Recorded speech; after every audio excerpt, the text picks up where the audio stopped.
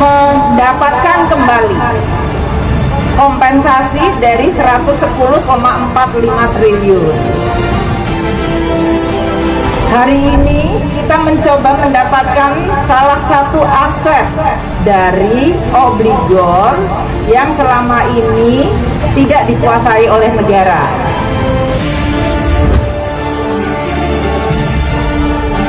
Saya akan terus meminta kepada tim untuk menghubungi semua obligor ini, termasuk kepada para keturunannya. Tepat sekali dilakukan oleh Sri Mulyani, saya kira Menteri Keuangan betul, aset harus dibalikan. Kalau nggak dibalikan, negara rugi. Kita akan selesainya BLBI ini. Mereka obligator yang licik dan picik. Terkait penyerahan aset-aset obligor dan debitur yang telah diakuinya sendiri di dalam akte pengakuan utang Master Recognition Agreement. Pemerintah mengharapkan para obligor atau debitur hendaknya memenuhi kewajibannya untuk menyelesaikan hutang-hutangnya kepada negara. Tidak ada yang bisa bersembunyi karena di sini daftarnya ada dan Anda semua punya daftar. Jadi kami tahu, Anda pun tahu.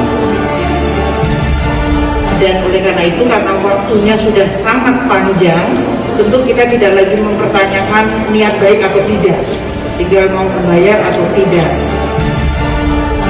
Perlu kami tegaskan panggilan kepada Tommy Soeharto untuk menyelesaikan tunggakan hutang kepada negara terkait BLBI.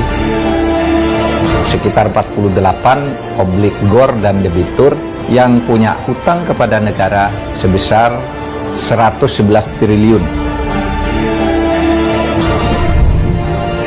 Bernyali besar, Jokowi kejar utang Tommy Soeharto lewat Satgas BLBI. Bukan tidak mungkin jika nanti di dalam perjalannya bisa mengandung atau disertai dengan tindak-tindak pidana.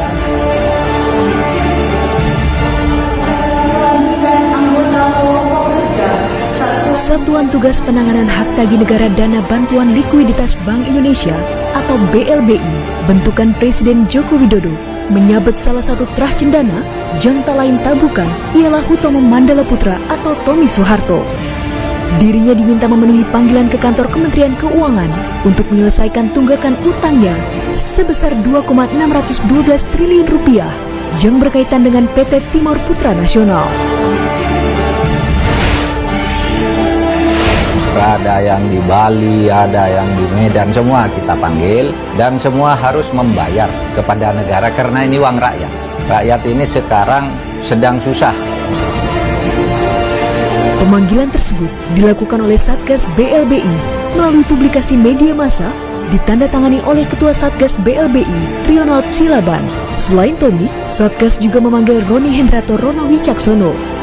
Mengapa pemanggilan Tommy dilakukan melalui media massa? Menurut keterangan Menteri Koordinator Bidang Politik, Hukum, dan Keamanan Menko Polhukam Mahfud MD, pemanggilan melalui media massa dilakukan karena pihak tersebut telah mangkir sebanyak 3 kali.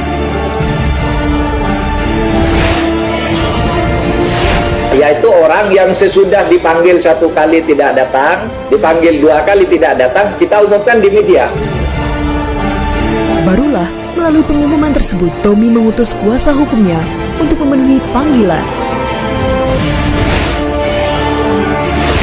Lalu Tommy itu mengutus kuasa hukumnya. Jadi datang, bukan tidak datang. Kalau tidak datang kita cari.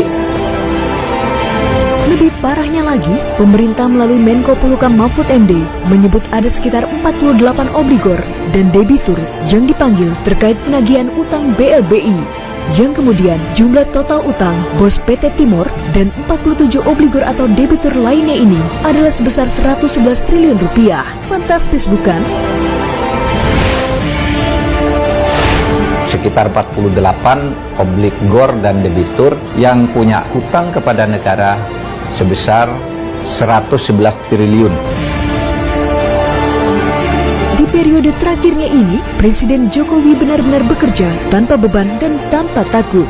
Para pengemplang BLBI dikejar, termasuk Pangeran Cendana Tommy Soeharto. mungkin langkah-langkah ke depan akan jauh lebih sulit. Kita mungkin akan berhadapan dengan aset-aset yang berada di luar negeri, yang tadi jurisdiksi dan sistem hukumnya akan berbeda, dan pasti membutuhkan proses hukum yang lebih kompleks. Tapi kita tidak akan mengenal lelah dan menyerah. Kita akan terus berusaha mendapatkan hak kembali dari negara untuk bisa dipulihkan. Presiden Jokowi menargetkan untuk menuntaskan kasus penagihan utang BLBI senilai 111 triliun rupiah di 2023. Dirinya menggandeng kepolisian, TNI, BPK, para menteri, dan lembaga terkait lainnya agar jangan sampai ada yang lolos. Maka dari itulah, Menteri Mahfud memastikan seluruh obligator dan debitur yang terlibat skandal BLBI akan dipidana bila tidak membayar utang. Kalau secara perdata dia mangkir lalu harus belok ke pidana karena data palsu, lari, bersembunyi. Misalnya asetnya yang sudah dijaminkan negara ternyata diklaim orang lain. Kemudian saham-sahamnya juga sudah berpindah ke orang lain. Nah itu kan nanti bisa jadi pidana ya. Mahfud juga menjelaskan ada beberapa kriteria yang bisa mengarahkan persoalan ini ke pidana. Di antaranya, memperkaya diri sendiri, orang lain, atau korporasi, kemudian merugikan keuangan negara, dan dilakukan dengan cara melanggar hukum.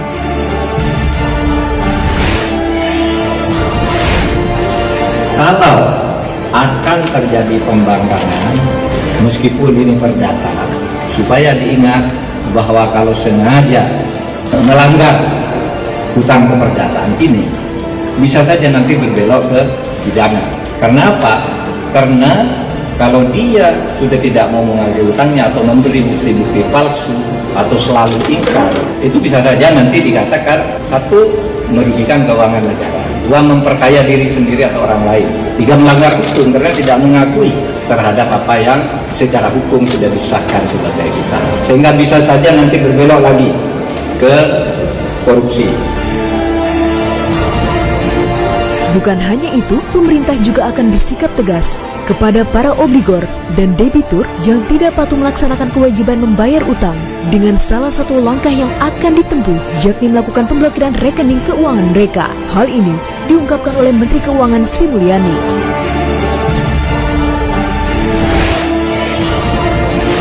Kita akan bekerja sama dengan Bank Indonesia dan OJK agar tadi akses mereka terhadap lembaga-lembaga keuangan bisa dilakukan pemblokiran.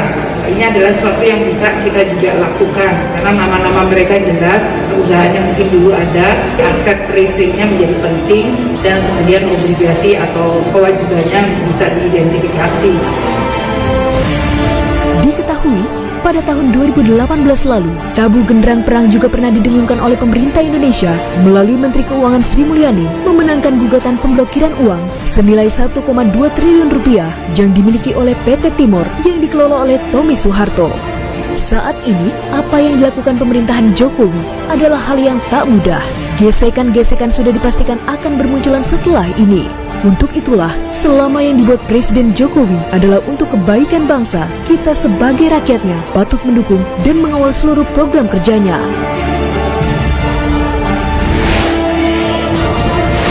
Pemerintah dalam upaya pemulihan hak tagih negara atas piutang negara dana BLBI dilakukan secara serius dan terus-menerus.